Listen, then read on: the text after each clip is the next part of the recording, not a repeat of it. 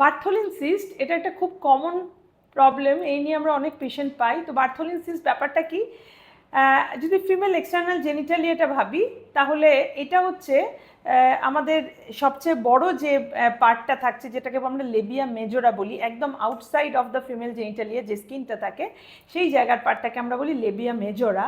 ওইখানে যদি কারোর কোনো সোয়েলিং হয় সেইটাকে বলা হয় বার্থোলিন সিস্ট।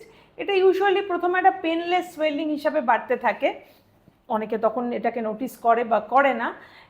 তারপরে যদি ওটা ইনফেক্টেড হয়ে যায় তখন ব্যথা হয়, তখন তো নোটিস করতে বাধ্য, কারণ এত ব্যথা হয় সে চলতে পারছো না। তাহলে এটা কি জিনিস, এটা হচ্ছে নর্মালি আমাদের এক্সটার্নাল জেনিটালিয়ার আশেপাশে অনেক গ্ল্যান্ডস আছে। যদি আমরা যখন নর্মাল ইন্টারকোর্স হয় তাহলে আমরা মেয়েরা খেয়াল করে থাকবি যে ইন্টারকোর্সের সময় আমাদের একটা ডিসচার্জ হয়, যেটা একটা মিউকাস ডিসচার্জ হয়।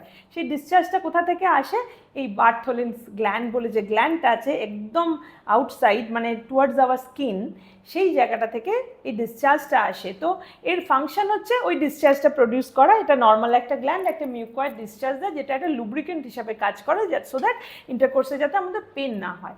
এবার এই বার্থোলিন সিস্টের কি হয়, যখন এটা কোনো, যেমন ধরো মুখে যদি ব্রণ হয়, এই ছোট ছোট যে আমাদের সেবেসিয়াস গ্ল্যান্ড মুখে থাকে তার যদি মুখটা বন্ধ হয়ে যায়, ইনফেকশন হয়, তখন ব্রণ হয়। তারপর ওর মধ্যে পাস্চুলস হিসাবে পাস তৈরি হয়, যেমন ঠিক সেম এটাও একটা গ্ল্যান্ড, এর মুখটা ব্লক হয়ে যেতে পারে ইউজুয়ালি ডিউ টু ইনফেকশন। তাহলে কি হয়, ওর মধ্যে সিক্রিশনটা পেন্টআপ হয়ে বসে আছে, একটা সোয়েলিং তৈরি করছে।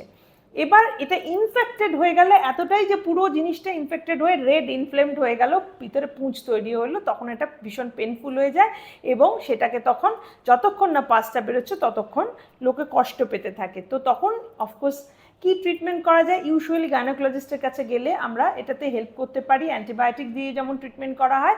কিন্তু এই অ্যাকিউট ফেজটা কেটে যাওয়ার পরে যখন এই সোয়েলিংটা থেকেই যায়, আর এবং এটা খুব রেকারেন্ট, মাঝে মাঝে একবার হয়ে যাওয়ার পর সেরে যাওয়ার পর আবারও হতে পারে, তো এটাকে প্রপারলি ট্রিট না করলে ফিরে ফিরে আসতে থাকে। তো কি করা হয়, একটা ছোট সার্জিক্যাল প্রসিডিওর করা হয়, তাকে নাম বলা হয় মার্সুপিয়ালাইজেশন। এইখানে একটা গ্ল্যান্ডকে কীভাবে ট্যাকল করতে হয়, উই নো যে এর যে মুখটা ব্লক হয়ে যায় এই মুখটা আমরা ওপেন করে দিই, সো দ্যাট ফার্দার এইটা আবার রেকারেন্সটা আমরা আটকাতে পারি। তো এটা তোমার গাইনোকোলজিস্ট তোমাকে গাইড করে দেবে।